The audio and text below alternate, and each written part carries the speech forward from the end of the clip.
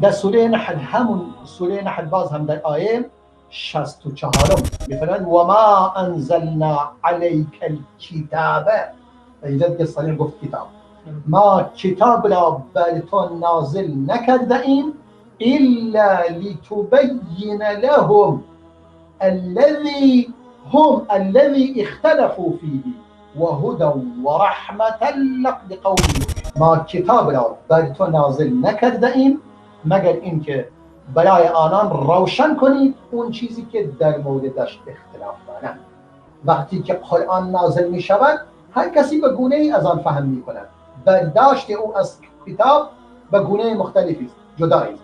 به همین خاطر رسول الله صلی الله علیه وسلم می آید مشخص می کند که مراد از این چیست، تبیین می کند. مراد الله را تبیین می کند، مشخص و روشن می کند. و هدى و رحمت لقوم یؤمنون، و هدایت است و رحمت است برای قومی که اهل ایمان باشند. این آیه، اینم سوره نحل آیه 64. در آیه دیگری باز در سوره نساء آیه 105 مطلب باز می‌فرماید انا انزلنا الیک الکتاب بالحق لتحكم بین الناس بما اراك الله. ما قرآن را بر تو نازل کردیم به حق و راستی، تا در میان مردم داوری کنید، حکم کنید در میان مردم بما اراک الله، بر اساس آن چیزی که خدا به تو یاد داده. یعنی بر اساس علم و دانشی از جانب خدا شما در میان مردم حکم کنید.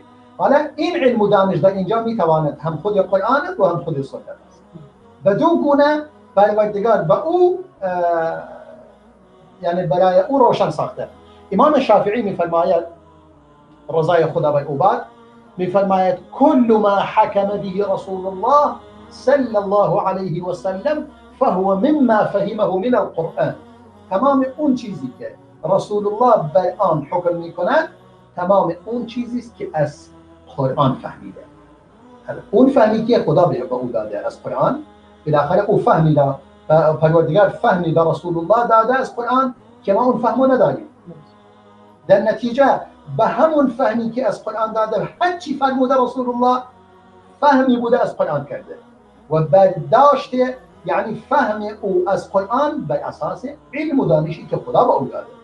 اگر گاهی چیزی نمیدونسته مشورت میکرده و اگر گاهی چیزی نمیدونسته مثلا حکمی نازل میشده مشخص میکرد که باید چگونه رفتار میکرد، مثلا صبر میکرد تا حکم نازل بشه. بله، اصلا گاهی اشتباه میکرد دیگه. مثلا عبس و تولی در مورد یک اشتباه رسول الله نازل شد. مثلا یک نابینا اومد از او سوال کرد علمنی مما علمک الله، به من یاد بده از اون چیزی که خدا به تو یاد داده. نمیگه چیزی دیگری، اون چیزی خدا به یاد داده.